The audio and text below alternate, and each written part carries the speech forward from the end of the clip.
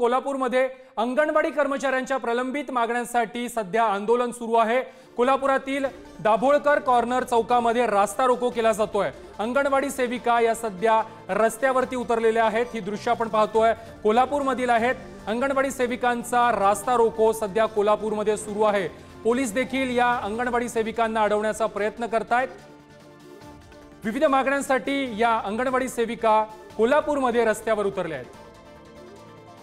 महिलांनी या ठिकाणी बंद केलेले आयोजक सतीशचंद्र कांबळे देखील आहेत। खरं तर गेल्या अनेक दिवसांपासून या मागण्या ज्या त्या प्रलंबित आहेत, मात्र अजूनही तुम्हाला लढा करावा लागतो, अशा पद्धतीने रस्ता रोको करावा लागतो। काय सांगा या संदर्भात? आम्ही अंगणवाडी कर्मचारी बरेच वर्षापासून लढा देत आहेत। आमची मागणी महत्त्वाची काय आहे की आम्हाला वेतन श्रेणी द्या, आणि ते सुद्धा सुप्रीम कोर्टाच्या आदेशाप्रमाणे।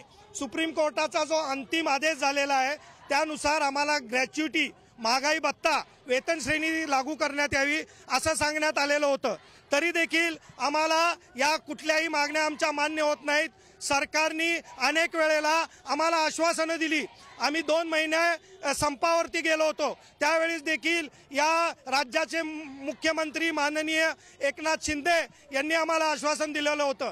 खरं तर मानवी साखळी करत या सगळ्या महिला ज्या आहेत त्या रस्त्यावरती उतरलेत आणि त्यांच्याकडून हे आंदोलन जे आहे ते सुरू आहे। गेल्या अनेक दिवसांपासून हे आंदोलन जे आहे ते सुरू होतं आणि त्याला देखील कुठल्याही पद्धतीने प्रशासनाकडून उत्तर जे आहे ते मिळालेलं नाहीये, आणि म्हणूनच हे सगळं आंदोलन जे आहे ते या ठिकाणी सुरू आहे। त्याला प्रतिसाद देखील मोठ्या प्रमाणात महिलांनी दिला होता आणि काही वेळा त्या सर्वांना काही वेळाचीच अवधी खरं तर या ठिकाणी मिळाली होती आणि त्यानंतर या सगळ्यांना आता ताब्यात देखील घेणार आहे। मात्र गेल्या अनेक दिवसांपासूनचा हा प्रश्न आहे तो निकालात काढावा अशी मागणी देखील या आंदोलनाच्या माध्यमातून या सर्वांनी केलेली आहे। कॅमेरामन ओंकार वळवडेसह शेखर पाटील, पुढारी न्यूज, कोल्हापूर।